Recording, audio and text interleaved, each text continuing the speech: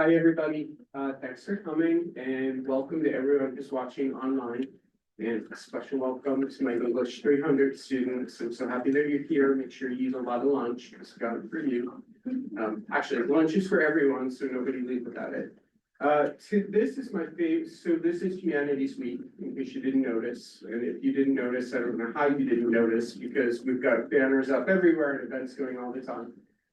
But this is my favorite event of Humanities Week. It's the fourth or fifth time that we're doing this, where we invite alumni back who have been humanities majors and have gone on to do great and wonderful things with their lives. And they come and they share their wisdom and talk a little bit about what it was that their degrees enabled them to do. So mostly you'll hear our alumni talking today. But before we get started, we're very fortunate to have a visitor from Career Services here. I'm going to turn it over for about 5 minutes to Anisha Stone Shepherd. She's the Assistant Director of Career Services with the Future Center that you all know about that's in Armstrong Hall. So, wonderful. Thank you. Like I mentioned on side, my name is Nyasha Stone Shepherd, and I am one of our assistant directors with ASU Career Services. So on each one of the tables, you all will see a couple of wonderful resources and tools for you all to be able to connect with. If you need more, I have a ton more, so please don't hesitate to ask me and let me know. Because ASU Career Services is here to help support students at any stage of their journey, and we want to let you know that you can come talk to us about whether you're looking at resume support or exploring different industries. Maybe you'll learn something incredible from one of the panelists today and be like, wow, how do I do that? And be able to come talk to us about things and steps you need to be able to take. We are located right behind the Einsteins, if you don't know where we are, in Armstrong Hall, but we are also on the third floor of the Student Services Building. You can come in for drop-in hours, drop-in support, and we can help you really whatever you want to do. So if you're looking to go to grad school, or if you're thinking about going directly into industry, unsure about if you're wanting to take an internship opportunity, we can help you figure that out. Being able to decide on the type of career you're going to have is a big thing. And being able to have staff to be able to support you on that path and on that journey is why we are here to support you. So I'm not going to take too much more of your time. Please connect with us. We are here for you. And I hope you enjoy the panel today. I really want to emphasize that the Future Center is open for everyone and you should stop by and utilize that amazing resource. So, over to our distinguished alumni. What I'm going to ask you to do just to get us started is to briefly introduce yourself. So tell us your name, tell us what you majored in when you were here at ASU, and then tell us a little bit about what you're doing right now. And then we'll have a series of follow-up questions from that. So if you wouldn't mind, we could start with you. I think we want to. Can you hear? Oh. Present. Cool. So hi, my name is Leah Rendulateri. My pronouns are she, hers. I studied history here at ASU. I had a minor in Transborder Chicano Latino Studies. Briefly was minoring in sustainability, but that was just a side path that didn't eventually come with the minor graduated in. But I currently just started a new job over at Hayden Library. So if you are in Hayden Library in the afternoon or nighttime, you might find me on the desk. I recently transitioned from a job at the State of Arizona Research Library. So I was working with the Arizona newspaper collections at that research special library. So yeah, I think that's pretty much it. Thank you. Hi, everyone. My name is Bo Duolo. I'm a proud ASU alum. I triple majored. I did political science, economics, and Spanish. So mostly I just wanted to study abroad a lot and stick around for the whole 4 years. So I'm currently the general counsel in Governor Katie Hobbs's office. So in that role, I serve as the chief legal advisor to the governor and governor's office, oversee litigation involving the governor and key state agencies, etc. Just basically advise all of the governor's office operations on the legal side and lead our legal team. I'm a native-ish Arizonan. I was born in Cambodia, but my family came to the US as refugees when I was 5, and we were resettled here in the valley. So I love our state and love that I get to serve Arizonans every day. To follow. My name's Caitlin Fukuyama. I graduated in 2009 with a film and media studies degree. I'm currently and have been for the past almost 13 years head of production at True Story Films. And so we produce commercials, we do a lot of videos for ASU. If anybody here has been to a football game, we did Stomp the Bus, which is pretty fun. And yeah, we do a lot of commercials, brand films, just movies out of college, reality shows. That's pretty much what I'm doing now. Hi, my name is Samantha Harker. I got a bachelor's in English in 2022, and I love ASU so much, I decided to stay at ASU. When I got my bachelor's in English, I actually did the Starbucks College Achievement Program. So I don't know if anyone here participated in that or has any questions about that, but that really allowed me to pursue my second passion, which was English, because I knew that I wanted to go into the sciences, but I really enjoyed writing. And I honestly feel like the transition into my PhD in neuroscience was really smooth because of that, because graduate school does involve a lot of writing. And so that's what I do currently is I do neuroscience research. I'm in 2 interdisciplinary labs. One of them focuses on autism and aging, and then the other one focuses on epigenetics, genetics, psychedelics, and much more. So that's kind of where I am at the intersection. Thank you. Hello, everyone. I'm Leah Harrison. I graduated from ASU in 2011 with a master's degree in public history and a certificate in scholarly publishing. I did my undergrad in history education, so I spent the first part of my career teaching junior high and high school history. Then I got the opportunity to come to ASU full-time for my master's and certificate. I spent the first decade plus of my career after graduating from ASU working in and leading the research archives and heritage team at Salt River Project. So if you're not familiar with SRP, we're a water and power utility here in the Valley. So I was able to work with that group and use my history degree for many years. About 2.5 years ago, I transitioned to lead our sustainability policy and programs group. So I always tell people that I spent a really long time looking backwards and then I started looking forwards. I don't really think about the present very much. So got the opportunity to work in the sustainability space. My team today, we work on the governance and reporting around SRP's 18 sustainability goals. We help lead our greenhouse gas reporting, our carbon reporting, and then all of our employee programs around sustainability, including our green team. We have an 850 member green team that's made up of our employees. So we get to do a lot of really fun sustainability focused programming with our employee base as well. So Leah, hold on to that, and I think maybe this isn't working. Yeah. Sorry about that, guys. So I'll have to take it just so that we can make sure that people online can hear us. Leah, I'm gonna start with you and work our way this way. So I heard a lot of interesting careers here. I didn't hear a career that one-to-one correlates with the degree studied, meaning that well, I wonder, by show of hands, is anyone here working in a career that they imagined themselves being in when they were an ASU student? In law called you, so you knew that, okay. Two people, direct correlation. Here's my question though, to get things started, because many of the people in this room and also watching are in one of our careers class, but many others are just curious about what will happen if they study a humanities degree, what will it enable? Could each of you talk a little bit about what it was, not on a content level, but maybe on a skills level, that enabled the career that you're now in, if you're looking back on the path that you took? And Leo, start with you and we'll go this way. Yeah, absolutely. I did not envision myself in a sustainability role when I was in graduate school. And I didn't even envision myself as a historian at a utility when I was in graduate school. And I always tell people, if you had told me when I was getting my degree that I would care as much about the history of ditches as I do today, I would not have believed you. But here we are. So it's in my graduate studies, I got the opportunity to learn how to tell stories. And I think that's obviously a huge part of what we do as public historians. And that skill translates everywhere.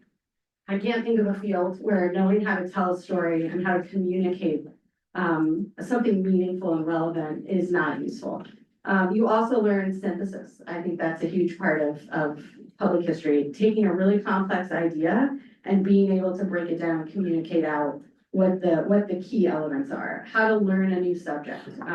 You know, as public historians, we're not really often experts in any one thing where we know a little bit about a lot of things, and we can talk about them in a meaningful way to folks. So I think all of those are really helpful. My scholarly publishing certificate provided just the actual copy editing experience was incredibly useful. I use it every single day, but also an attention to detail that is really helpful in everything we do. And I'll say just one particular experience that I got to have in my time here at ASU was I was able to participate in an internship that was writing historical interpretive signage for 5 national parks here in Arizona. And in that project, I got to work with a mentor who was incredible and taught me how to ask questions, how to bring people together, how to invite people in to have a conversation, how to take a bunch of different perspectives and try to synthesize that into some common understanding as part of that project. So that internship opportunity was incredibly beneficial, and I lean on the skills that I learned through that project even today, and it translated all to the field of sustainability, right? A lot of the work that I do today is storytelling. A lot of the work that I do today is convening people, having conversations, seeking input, seeking feedback, coming to a shared understanding. All of those things were skills that I developed here in my time at ASU. Great. Yeah, I really heavily agree with everything you just said. I think storytelling for me is also one of the biggest proponents that allowed me to transition into neuroscience from an English degree. I think also one of the biggest things I learned while at ASU too was how to explain why something is important, whether it's important to you or just why something is important in general.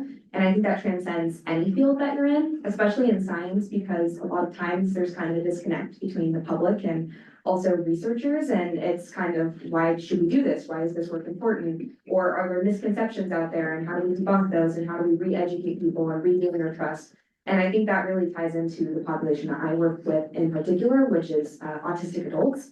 And unfortunately, there's really horrible and sad history surrounding that. And so we are kind of working at the forefront of that and trying to redistribute this information in a positive way that is now hoping to empower people. But that takes going into the field and trying to re-educate those who came before us, and then also make sure that the next generation of researchers and our participants are actually feeling respected and understood. And we can't do any of that without communication. We can't do any of that without writing and sharing this information, making sure that those details are known to people and that they understand that they are important.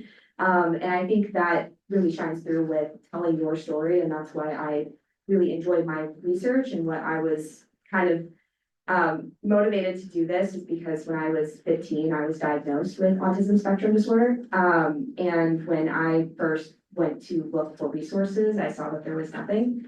And that was really disheartening to me to realize that there was nothing out there for me as a person who is female and is autistic. And when I was looking into what should I do next with my education, I found one lab at ASU that works on aging, specifically aging autistic women. And that was what really tied me into it. And I use that story now when I tell people why I feel my research is important and why I feel like this needs to be done, is so that the next young autistic person that gets diagnosed is there to have resources and not feel like they have nobody to understand them.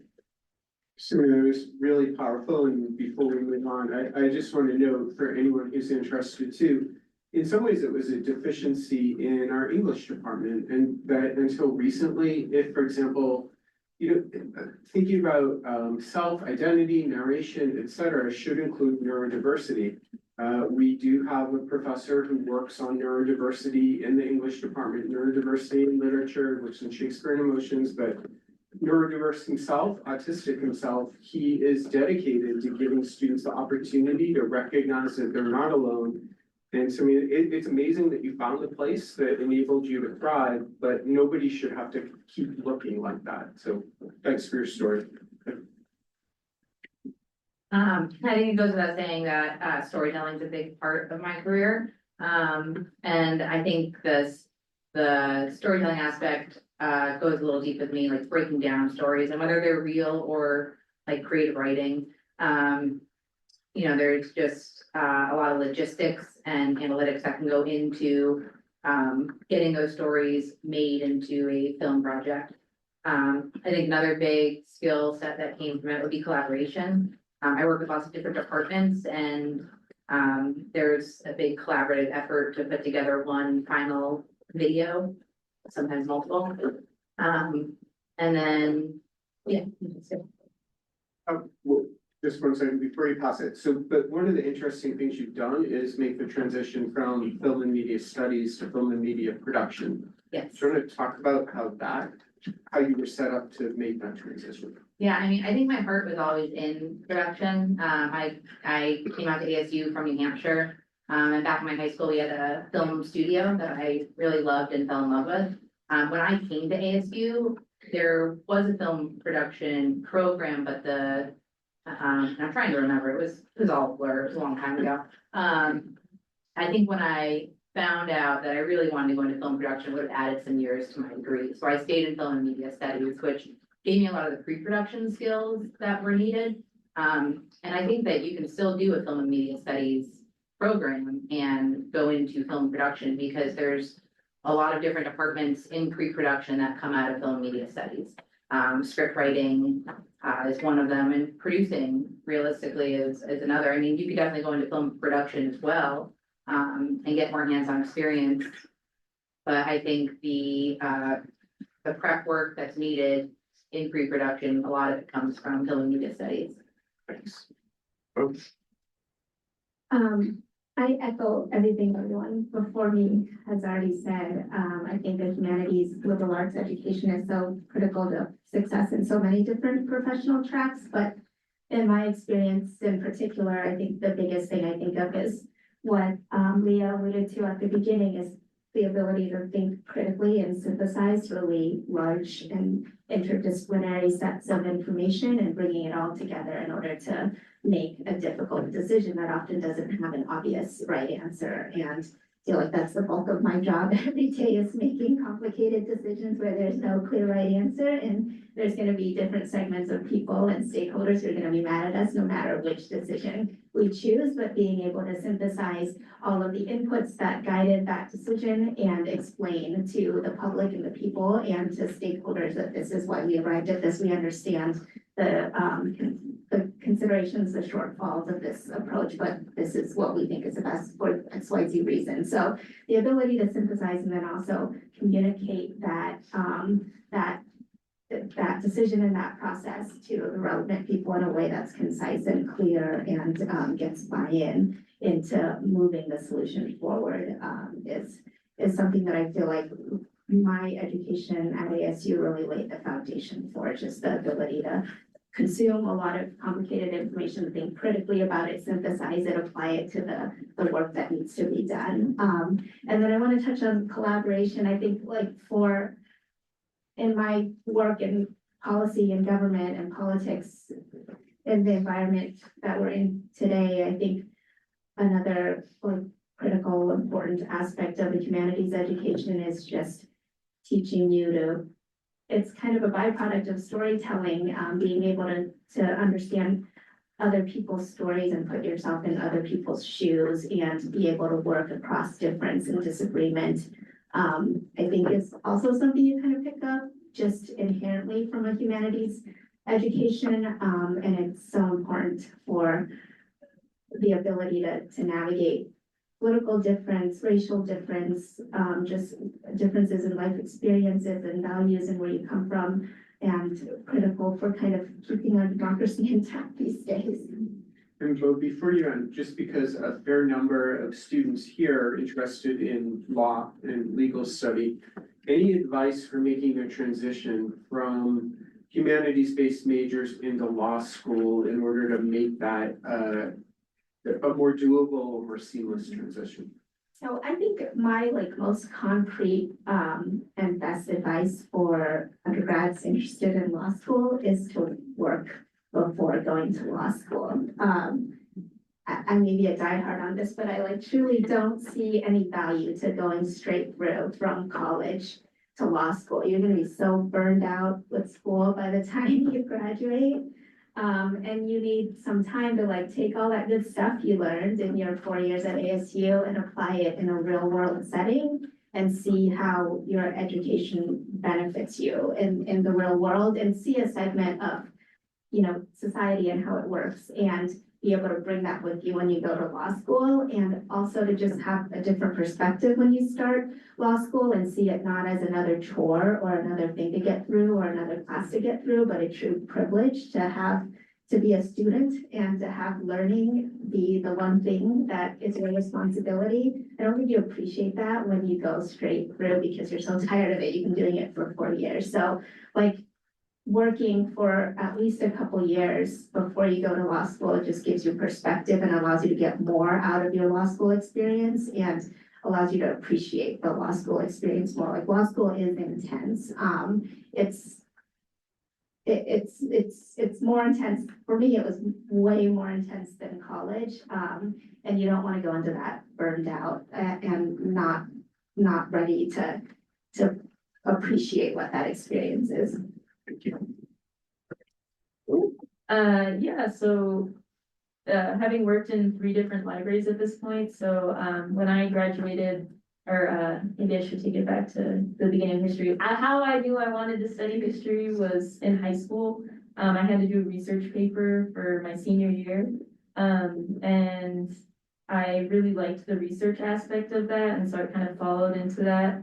And when I was majoring in history, I feel like learning really great writing skills, attention to detail, when you're having to read so many different things for your classes, pulling apart the important detail is something that is extremely valuable, and kind of like what other people said about really crafting a story of what's important can be applicable to even things like your cover letter.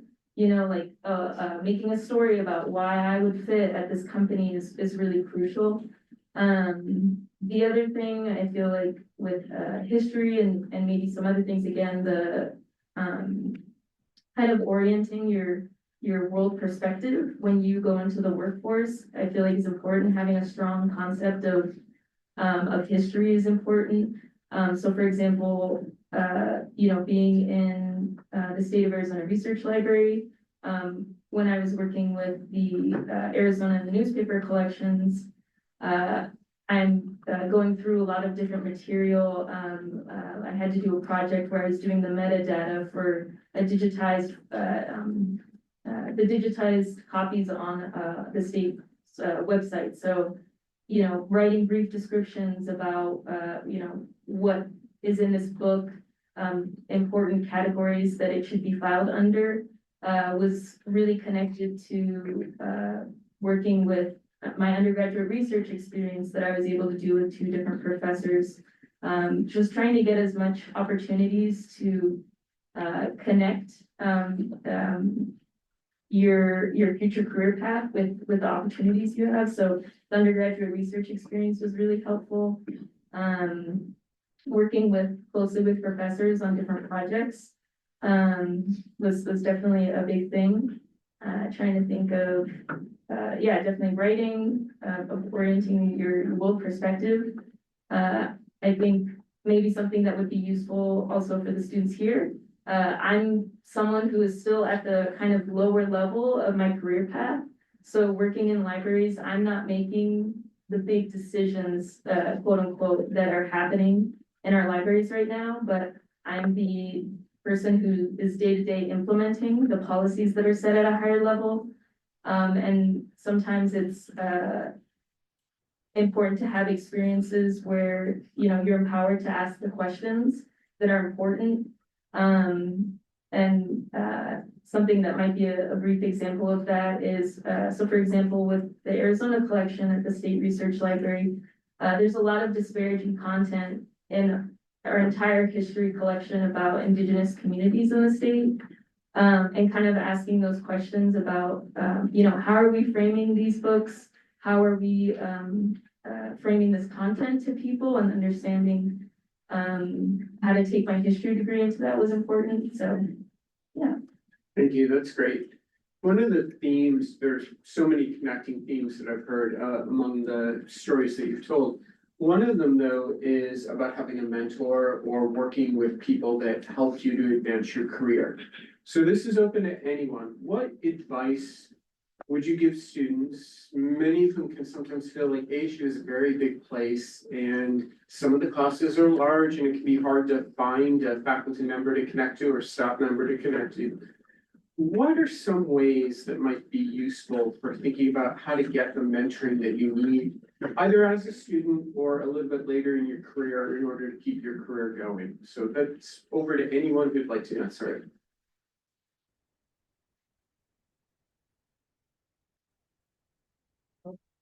Hi, so, my experience was a little bit different because I started out with ASU Online before I became a person, and so, when I started at that route, I felt kind of scared.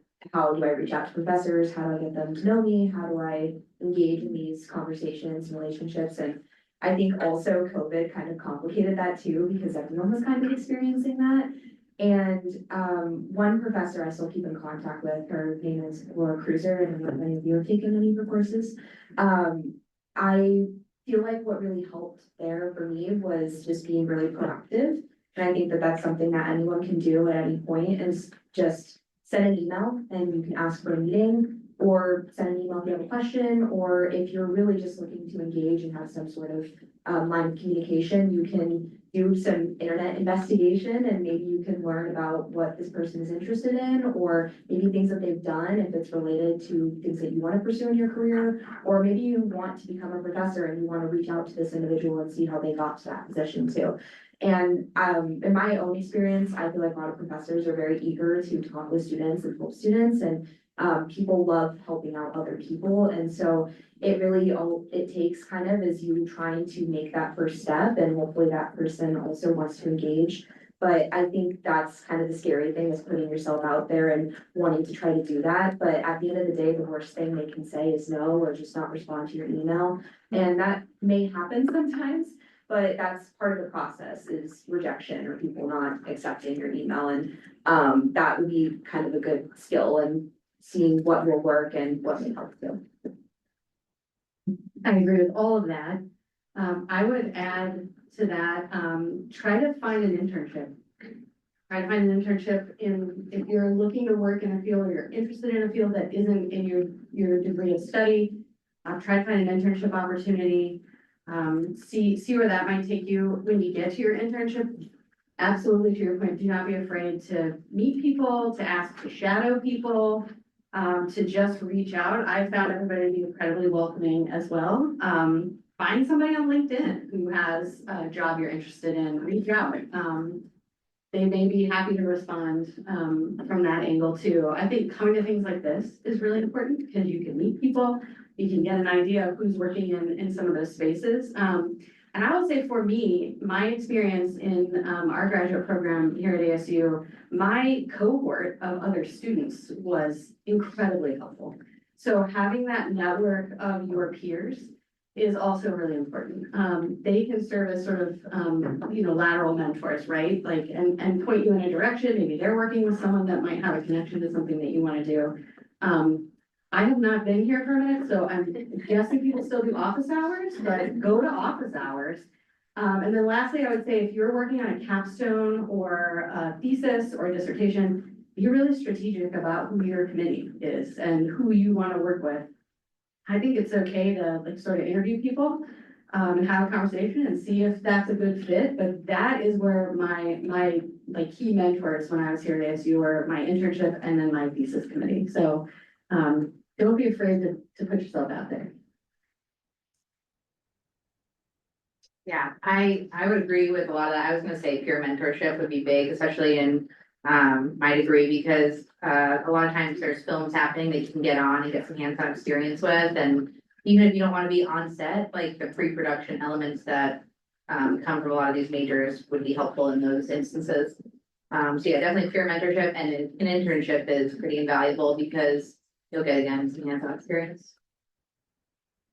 Agree with all of that, and I'll just add on, like, just be involved on campus and, get involved in student organizations, volunteer opportunities. It doesn't have to be a fully structured internship experience. Like when I was at ASU, I volunteered at the refugee resettlement organizations in the valley and got to know the staff there, the attorneys there, and the case managers there, et cetera, and learned about how refugee resettlement works in Arizona just by volunteering through the established programs that they have already that any member of the community can just sign up to volunteer through. So find things, topics that you're interested in. If there's like a field or profession you're interested in, what are things going on in the valley that relate to that, that you can just go volunteer at so you can see people who are working in this field. It doesn't have to be a huge time commitment, but it gives you exposure and it allows you to meet people. Yeah, I definitely echo all of that. Some of the things that I did, yes, definitely peer support. Also, if you think about your professional office hours, I feel like for people who, you're going straight from undergrad to, out to a career path, you might think, why would my history professor, office hours are useful, be a useful relationship for, say you're getting a job at, hotel, I don't know if you're into, something that's just easy to get into in the beginning. They can be used as a reference. So that's something to keep in mind. Someone that has a relationship with you and knows your quality of work is important. And definitely what other people said about even just your peers and seeing what your peers do in other career paths is important. I feel like a lot of us are from Phoenix or from Arizona, and I think that's something to highlight. Me as someone who was raised here, you think that ASU is kind of one of the default universities. It's like, oh, it's in state, it's accessible to me. You might think that, you're at a disadvantage staying in state, but I think sometimes it can be a huge advantage because I've, kept my networks from high school and from undergrad, and a lot of the people that graduated are still living here. And so you get to see different people and overlap, and definitely is really important. So yeah. Awesome, thanks for that. I have more questions and comments. It's been so rich, but I want to give everyone here an opportunity to interact with our panelists today. So would anyone here like to ask a question, any question at all of any of our presenters? You can see that these are people that will give you an honest response, so take advantage of their wisdom. This is for Samantha. So as somebody who is majoring in creative writing, English creative writing, some of the most impactful fields of knowledge of taking classes in are psychology and philosophy, but I've also always ruled out science as a future prospect. So I was wondering if you could speak on the process of bridging your experience in English to applying to neuroscience. What did they ask of you? What is something you maybe had to shore up on the way? Anything like that? Yeah, that's a really excellent question. I think one of the biggest things in PhDs is motivation. Like if you are a hard worker, if you really want it, you're going to do it. That's what they always tell us, is it's not really how amazing you are at doing one particular thing, it's how hard you want to work to get to that thing. And so there's a lot of people with a lot of interdisciplinary backgrounds that go into a lot of fields of science. And I think it's becoming more and more common now too, even with medical school applications. A lot of people have humanities degrees because they're genuinely interested in it, and that's something that they're interested in, but they also love science and they want to kind of merge the two. And I feel like something too that's kind of a drawback, at least in career opportunities in science, is that they're not really talked about enough. And a lot of people either just don't know how to share about it or they don't know where to look, but there's a lot of different opportunities for careers in science. Like there's also science writers, there's medical writers, there's people that are consultants in the government. There's people that simply just write grants for different institutions. And these are all things I had no idea existed before I started graduate school. And those are all things I wish I knew existed because they would have been careers I would have maybe wanted to explore, talk talk to those types of people. When I was in undergrad, the way I even got into ASU was I was working at Starbucks part-time while I was going to a small school in St. Louis, and the degree I was doing there was called Medical Humanities, and I was the first person at that school to ever pursue that degree. It was a solely pharmacy school, and they're like, okay, we'll let you kind of tweak your major to make it more interdisciplinary, and I really enjoyed that, but something that was missing from that school was English classes, creative writing. They didn't have any of that, and that was why I was really excited when I was told that I could do ASU at the same time, because then I could do both of those. And something I was doing on the side, which then helped me kind of bridge the science gap that I needed to kind of make that connection, was I was doing neuroscience research as well. And that's something that almost anyone can do, is you can cold email professors if you want to get into research. It doesn't really matter what field. You can say, hey, are there opportunities for a research assistantship? Can I maybe shadow somewhere in your lab? Can I learn these skills? And that's how you can kind of get your foot in the door in those places. Sometimes they're paid, sometimes they're not. It kind of just depends, but you can look up faculty listings on like any graduate program degree website at ASU or even other institutions, and a lot of professors are happy to let you come in as an undergrad. And so that was my first experience in neuroscience, was that. And the work I do now is very, very different from that. And I think that's a big thing in science too, is just you are really nurturing this skill set. It's not necessarily that you need to be perfect transition into something else. If you are, maybe that's great for what you need to do, but it's not necessarily the case for everyone, because what I was doing was I was working with cells, and now I don't really do it as much. I work with humans, I work with autistic humans, and that's very different than with cells. So that's something that was kind of a weird transition to, was how do I go from this to that? But once again, as I mentioned, it's kind of about how hard you want to work. And I think the biggest thing for me were my application essays really spoke to why I wanted to do this, why I was so motivated, which I shared my story and why that was important, and why I felt like the skills that I had were going to transfer into really strong science skills. And just speaking with what I've done so far in graduate school, part of our graduate school experience when we are approaching our comprehensive exams, which is essentially like, how much do you know about your field? Are you prepared to kind of take the next stage into your dissertation? Part of ours is writing a grant to the National Institute of Health. And a really big part of that grant is writing about your story and your why. Why are you in science? Why are you doing this? Who are you? And a lot of times in that grant, people are unsuccessful in their first try, or they're not even scored on their first try because they don't get through the reviewers. And in my experience, what I did is I really spoke heavily to why my identity and why my story is really important, that I do this work, because I know the aspects of the history, I know the aspects of communicating with this population, I am a member of this population, and that makes me really passionate about this. And I got a near perfect score on that grant application, and that I think was the big driver for that, was this English experience that I could write about all these things. And so I think that that is something that is really important, is how do I fuse all these things, and how do I show people that these are all important things that deserve to be connected? Thank you very much.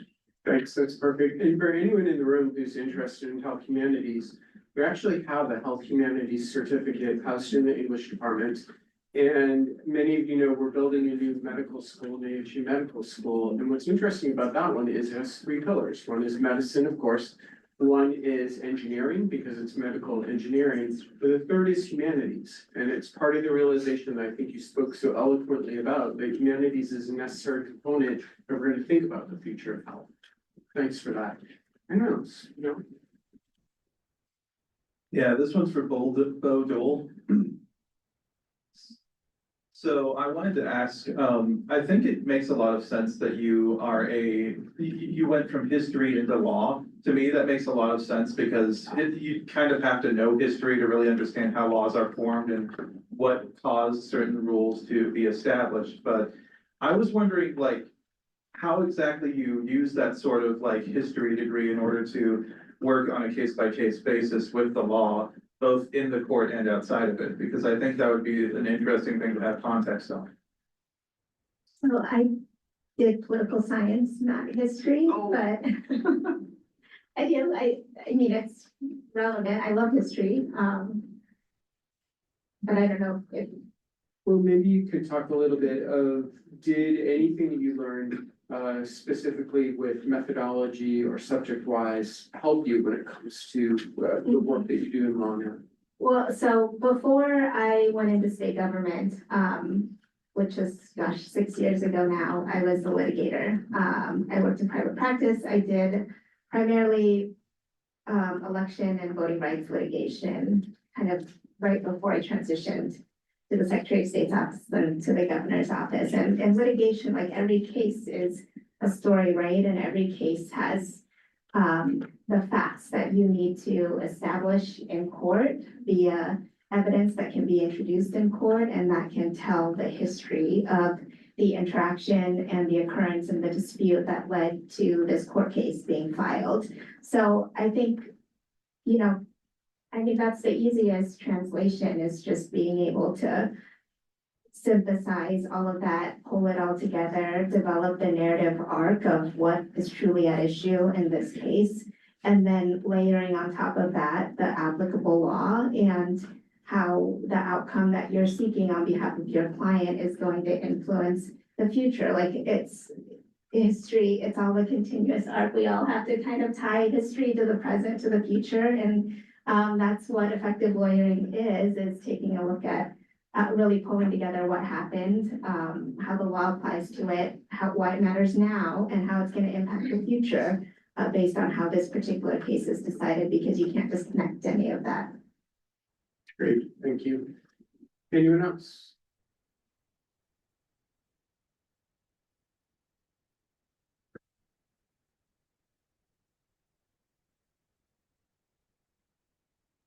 Thank you. This is directed at the whole panel, but I think it was either Leah or Samantha that mentioned internships. So I was wondering if you had advice for identifying and finding your first internship. I think in my experience, a lot of students are very interested. It's hard figuring out what to do to get that first foot in the door. So if you have advice, I think it would be very helpful. Happy to speak to that. So I would say if you are able to think about where you would want to do that internship, I would stalk their website for sure. So I'll just speak from the SRP perspective. We have dozens and dozens of internships open throughout the year. So maybe just kind of, if you can put some sort of alert on when things post, or check those websites regularly. That's really helpful. I think from sort of an application perspective, write a cover letter. That might be old school, but for me, when I'm hiring, I wanna see a cover letter even from an intern candidate. And that storytelling aspect, someone mentioned, like, if you can tell that story of why you're a great candidate, your cover letter, that's fantastic. I would say networking is really important to getting your foot in the door places. So again, coming to events like this, if there is a field you're interested in, so I'll give an example. If you're interested in sustainability, go to things like next Friday, Arizona Forward has their annual sustainability summit. Go to things like that if you can. Meet everyone you can. Ask who's got internships. And really, I think you have to put yourself out there. Ask who's got internships. Get their info, follow up with them. LinkedIn is another, I know I mentioned LinkedIn before, but LinkedIn is a really good place to find who's hiring in specific fields, if you can kind of find some of those folks. If you're looking at sort of an institution that you're interested in, there's a ton of sort of small, so thinking from the history perspective, if you're interested in an internship at, say, a museum or another institution that's here in town, volunteer there. I think that's another really good way to get a foot in the door at places, is if you can volunteer, or you can come to something that they're hosting and meet some of those folks. Those are good opportunities. I got my internship through ASU. So my college actually had a ton of really amazing internship opportunities. So that may be an option too, just to make sure your advisors and everybody knows that you're interested in an internship and you can connect to some of those opportunities directly. Yeah, that was some really great advice. I think something else that you can always do is just be extremely vocal about your goals, like constantly, just anytime you meet with your professors, anytime you meet with your advisors, like, these are my goals, these are the things I wanna do. And I think I've heard the saying before, you're like 3 connections away from the person you want to meet or the person you wanna get to. Which is very, very true, like the world, even though it's very large, is also a very small place and everyone kind of knows each other and kind of circumnavigates back to LinkedIn. If you haven't already, make a LinkedIn profile. Try to get above 500 connections because I think that's really where you're gonna start getting connected to certain people, especially if you can look up certain companies and you see that ASU alumni work there. Really, really great idea to reach out to those people. Even if you don't know someone on LinkedIn, but maybe they had the same major as you or something, you can just put in the little wanna connect blurb. Hey, I also got an English degree from ASU, wanna connect? And people oftentimes will because they wanna have that network, they wanna be able to talk to people. And I think that's a really great resource. In terms of internships I did one in 2022. It was called the Medical Intelligence and Innovation Internship. The way I found out about the internship was through my doctor, which is kind of funny. I was just telling him, oh yeah, I'm really interested in neuroscience and I want an internship. And he said, oh, I have an internship here. Do you want to apply for it? I was like, no, yeah, sure. So, being vocal about it, asking people, even if you think maybe they don't know someone, sometimes they do. And yeah, if anyone has any interest in science internships, I have 4 that I can think of right now that may be accepting applications, so just let me know. Use the university's career services office. Yay. It's literally their job to compile all these opportunities for students, and to have kind of a one-stop shop for you. So I think that's something a lot of students just don't take advantage of, either because they don't know it's there or they feel uncomfortable or self-conscious going into an office like that, but use it. That's what it's there for. Yeah, I think definitely, so for students who are involved in like history or even like public service things, so I did a number of internships, so the first one that was really important was, I'm not sure if it's still active, but it's called McLeaps. Okay, yeah, and it was a huge benefit to me, so I interned at the Maricopa County Environmental Services Department, so I was able to get I think tuition reimbursement for that semester. But it comes with working full-time at the department. That was huge because I got to learn about, government departments and cubicle and office culture. That was a very that was a very interesting introduction. Even though it didn't apply to, say, like a history or a library, you learned about how to be organized, how to meet deadlines, things like that. And that was something that, again, I found through maybe stalking some websites, and I was like, oh, okay, this might be interesting. The other 2 things for something that's within Shippers, the history school, was the undergraduate research experience. So I did 2 of those. The first was with Dr. Julian Lim, helping her with research and basically going through the primary text that she had scanned at different archives and kind of compiling that. That was really, again, informative to be organized, to pull apart the important information. The other one was working with Dr. O'Donnell on a public history project with a local school. So we went into, I believe it was Emerson, and so we helped them with an oral history project that was super fun. It was like having 7th graders, or it might have even been younger, interview their teachers and like community members, and that was really fun. Also helped me realize that teaching is not something that I am wanting to dive deep into. But both of those experiences were super helpful. I think, again, overarching thing that maybe you have in mind, it is hard sometimes to volunteer your free labor or volunteer intern when you are, needing to pay for things in school. And I think that comes hand in hand with, again, McLeaps was something that was paid, or getting a lot of different scholarships to help support the tuition aspect of it. I understand that that's a challenge, and so trying to keep in mind that, again, ASU resources, to help you do both. And also, as far as talking about, where you currently work in internships, the only reason I think I got into libraries in the first place was volunteering there. So when I graduated, I had applied to a job at Phoenix Public Library, Burton Bar, and I had applied and around that same time, I saw some volunteer posting, and so I was like, hey, is this still available? And I ended up getting it, and that kind of helped orient to me to how that place worked. Which again, it's maybe sometimes a struggle if you don't have that extra 4 hours in your schedule, but again, try going for scholarships and things like that. But that definitely helped. And definitely at the State Research Library, we have like 5 interns at a time, just doing basic things to help the course load of everything. So yeah, definitely, if you're interested in those kinds of things, feel free to reach out to me for sure. Thank you, Leah. So we try to keep some time at the end for people to ask, to come up and talk to the panelists and ask one-on-one questions. So we'll make sure we do that. We're gonna ask as we start moving toward the close of this panel, could each of you, just for a moment, if you reflect upon it, think about if you could time travel and come back and meet that earlier version of yourself who's at ASU and it's fresh and it's new and exciting and overwhelming in some ways. What advice would you give to that younger version of yourself? What advice in order to make that younger version of yourself feel like they could get to the place that you're at right now? Nate, do you want to start with that? We'll just go across.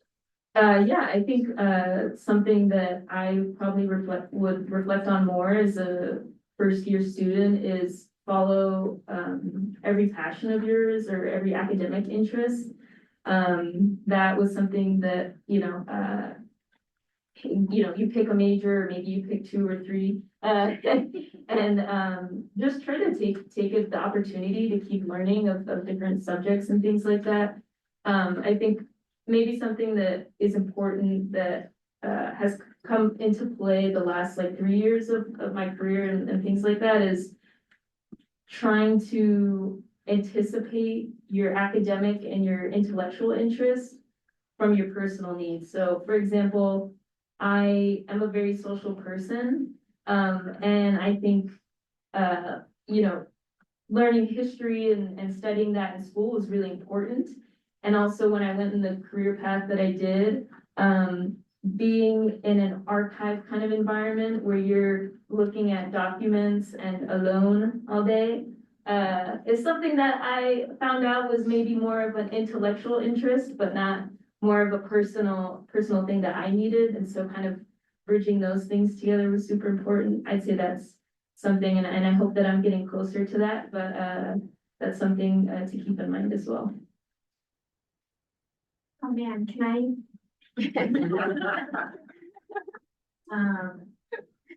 I mean, I think reflecting back, the one thing I would have told myself would be to get more involved, like, and we do all sorts of videos for ASU and we talk to like all the top students in different departments and fair students, and there's so many clubs on campus, like there's literally a club for like everything. And if there isn't one, you can make one. And I mean, thinking back, like, I don't think I did any clubs. I was at football games, awesome. I would definitely recommend doing that. I would go to the, all the sporting events and, it's a lot of connections too, like make all the connections you can, meet everybody, be kind to everybody. When I got married, my college roommates were my bridesmaids. It's like you're gonna make like your best friends. But yeah, I think just like getting more involved and realizing that there's literally something for everybody, and you can make the big schools seem small. There's like tons of different co-communities, and it could be interest-based, it could be social-based, and yeah, I think that's what I would tell myself.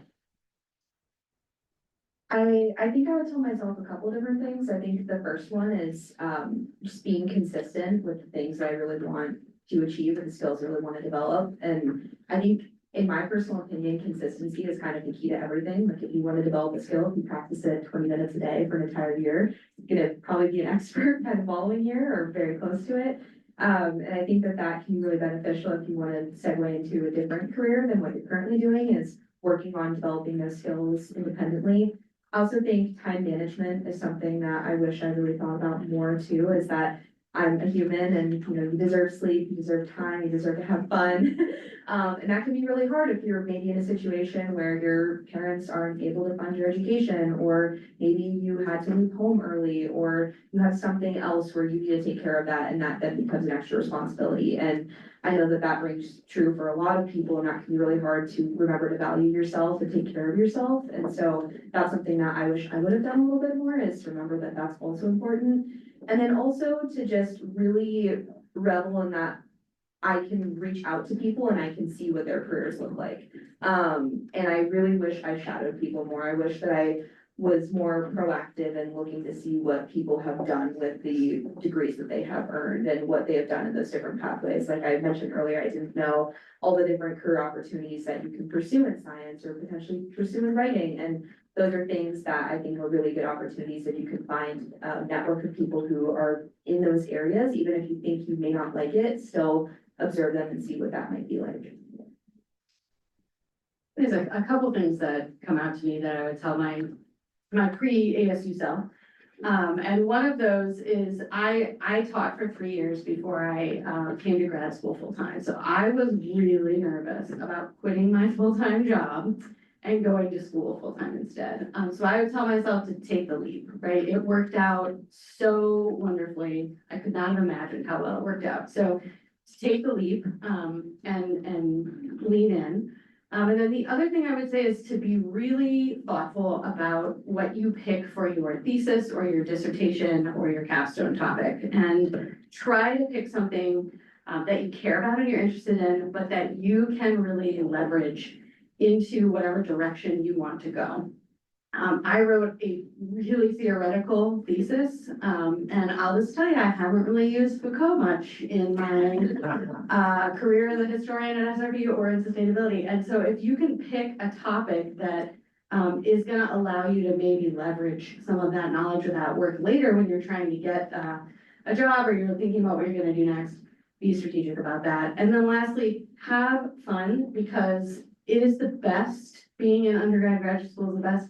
There's no other time in your life where your entire focus is learning, and you just get to like kind of explore all the things that you're interested in and engage in this way. So savor your time. That might sound crazy to some of you who are in the midst of like comps, but really enjoy it as much as you can.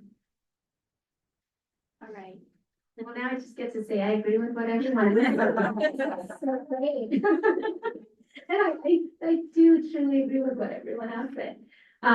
Having fun, I think, is probably the biggest thing I would say to myself, and that all the time that you invest in building relationships and friendships, like that's gonna more than pay off in the long run. There's something that just can't be replicated with the people that you went through this really formative time of your life with. So investing in that is definitely worthwhile. And I'm gonna get a little bit personal here. I think like what I would probably, the biggest thing I probably would actually tell myself when I was here at ASU is like, go get some therapy. So, you're grappling with a lot at this stage in your life. Like there's school, there's social stuff, there's but just like finding your place in the world and your worldview on things. And for me, there was this added layer of navigating like the cultural and generational divide between myself and like my mom, given like my immigrant and refugee background, and like the disconnect that created. And it's, you know, common for a lot of immigrant refugee families, like that's just what I was living was so different than what my mom knew and came from. And it was really hard for me to like synthesize all of that and to be able to code switch and to share like what I was living through at ASU and all the opportunity that I had and how excited I was about everything. Like I couldn't really communicate that to my mom and my family, and they couldn't really understand what I was going through. And even now, like, you know, I work in the governor's office and I don't know that my mom fully grasps like what I do for work and what my job is. So I think like getting some therapy and counseling to help digest that and to like give your like mental health some attention would have been good. Yeah, the last thing I'll say is if you can study abroad, COVID kind of Yes. shot that opportunity down for me, but if you still have that opportunity, I would say pursue that. Because when you get a full-time job, the vacation leave is not as much as you think. So, take your time off, okay, that's important. Yeah, definitely.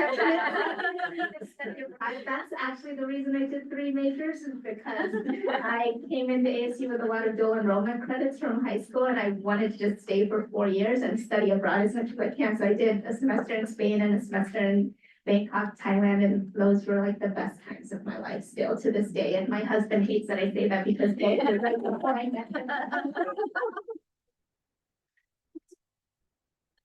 One last thing I'll add too is, just apply, like if there's something you see and you think that you're not good enough or you just don't believe in yourself, just apply, you never know. I've had that happen a couple of times where I don't think that it's gonna happen and I do anyways, and, one of the opportunities I got paid for me to go to Australia, which was really cool. And those things happen sometimes where you think that it's not going to happen and you just do. And so that's what I would recommend, is put yourself out there. And then also just like, it's kind of silly, but, I always like to quote this one quote from The Office. I think Andy said it. It was, you never know you're in the good times until you're out of them. And I think that that's really important, is to just enjoy the journey and really just, even if you hate some parts of it, just find things that you can really enjoy about it. Because there will be a time when you look back and say, I miss those times. I really love that. Did you want to say anything? All right. So what, I hope that one of the takeaways we all have from today is for anyone studying the humanities, you'll get a job, you'll have a great career, it's gonna work out, calm down. It's gonna and I think this message is really important because we don't hear it enough, right? So much of the messaging is around how do you build your career skills? How do you keep going? How do you stay on that treadmill? Also take a breath, enjoy what you have. There will never be a time in your life when you have more time than right now. Think about how you want to invest that. Study what you love. Love yourself as part of that study. That self-care really matters. Study the humanities, but be humane to yourself as a way of building your future. So please join me in thanking our panelists.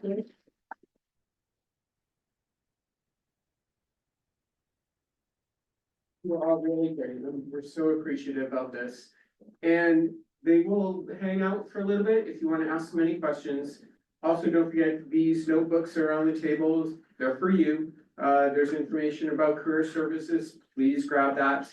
And the food along the side, that's also for you, don't let it go to waste. So thanks everyone for joining us. Thank you. Yes.